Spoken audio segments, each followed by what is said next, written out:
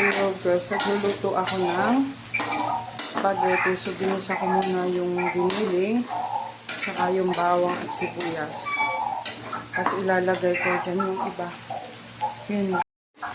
And this, nilagay ko yung corned beef, saka yung sausage. Yung sausage na yun, konti lang kasi tatry ko pa lang siya galing yan sa kaibigan ko. Bigay niya sa akin. So, tatry akong ilahok siya sa spaghetti. Sabi niya kasi masarap daw. Sausage yan. Hungarian sausage. Ewan ko yung Hungarian sausage ba yun? Pero maliit lang siyang sausage. So, try natin kung mag-aano siya. Yan. Iaano ko siya. Tuin ko muna siya ng ganyan. Hanggang sa maano siya. Yeah. So, ayan. May bawang siya. Dinagdagan ko yung bawang. Meron akong cook na bawang na sa ref. Binili ko yun sa grocery. Pinag-add ako ng konti sa kanya. Ayan. Lutuin lang natin ng konti. Tapos lagay ko na rin yung mushroom. Bago ko ilagay yung tomato sauce na. So, konti lang. So, ito guys. Nilagay ko na yung tomato sauce. Inanuhan ko siya, nilagyan ko siya ng konting tubig. Yung tomato sauce na ginamit ko is magkaiba siya kasi half kilo lang yung binili ko kasi na Filipino style. Tapos yung isa yung creamy, yung cheesy tomato sauce para sa spaghetti sauce niya. Ayan. So, hindi pa siya nagmimix ng Hindi ko na pa-video kung paano ko siya nilagay kasi wala akong katulong dito sa pagluluto. So, ako na lang yung nilagay ko na muna siya tapos saka ko siya binidyo. Ayan siya. Ay, namatay yung ko. So, ayan. Ma-cheesy siya. Cheesy. Ilagyan ko siya nung American ketchup. Tomato sauce din siya. Pero, like, first time ko nag-add nun. Wala pa itong cheese guys. Lalagyan ko pa siya ng cheese. So for now, it's mix well muna natin to. Para mag-combine yung niya. Ayan. So ayun guys. Nilagyan ko siya ng cheese. Konti lang kasi cheesy naman na to. Tapos mamaya ko lalagyan ulit siya. Kasi naglalagay ba kayo dito ng cream or condensed milk?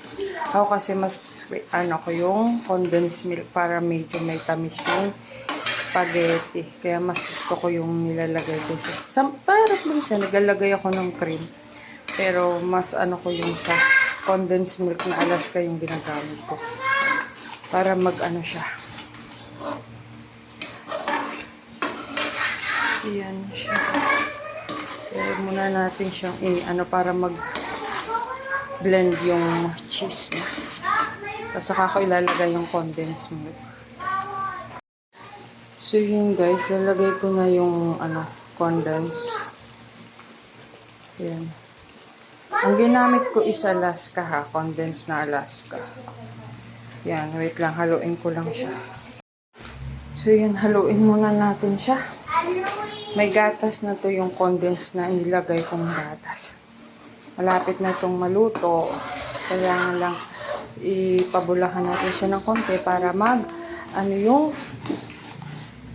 gatas nalaga ko na yun, napalambot ko na yung pasta. Okay na yung pasta ko. So, ilalagay ko na lang siya maya-maya. Yan siya. Kailangan siyang mag-blend para yung kanyang lasa sa spaghetti. So, ilalagay na natin yung pasta. Dito ko na siya ilalagay kasi sana dito sa kasirola. Kaya, konti lang naman nga yung pasta. So, ilagay ko dito na lang. Kakasya naman siya. Ayan. Basta nyo pahaluin. Wait lang. Ayan. Haluin natin para maghalo yung sauce at yung pasta.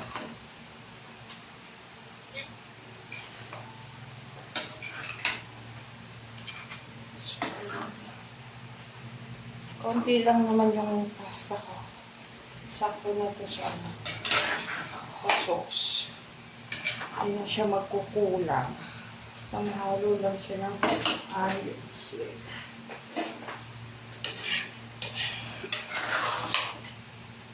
Ang init magluto. Sa ilalim kasi yung ibang sauce. Kailangan natin makikita. Huwag masyadong haluin kasi baka madurog naman masyado yung pasta. Ano siya? Lalagyan ko pa siya ng cheese mamaya.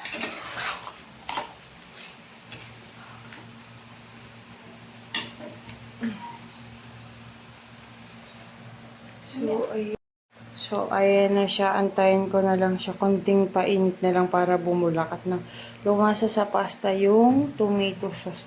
Hindi siya yung spaghetti na ano kasi ito creamy tsaka sweet. Sweet spaghetti. Hindi siya katulad ng spaghetti na normal na niluluto natin. Mas gusto kasi ng mga bata ko yung ganito.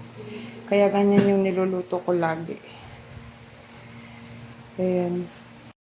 So, yan guys. Okay na yung spaghetti. Hindi ko na siya masyadong hinalo kasi baka madurog yung pasta. Pero ayan na siya. Sarap siya as in.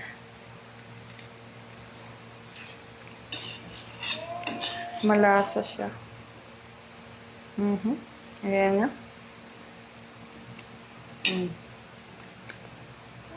Thank you guys for watching. I hope you like my video. Please subscribe and give a likes on my video. Thank you so much. God bless you. Bye.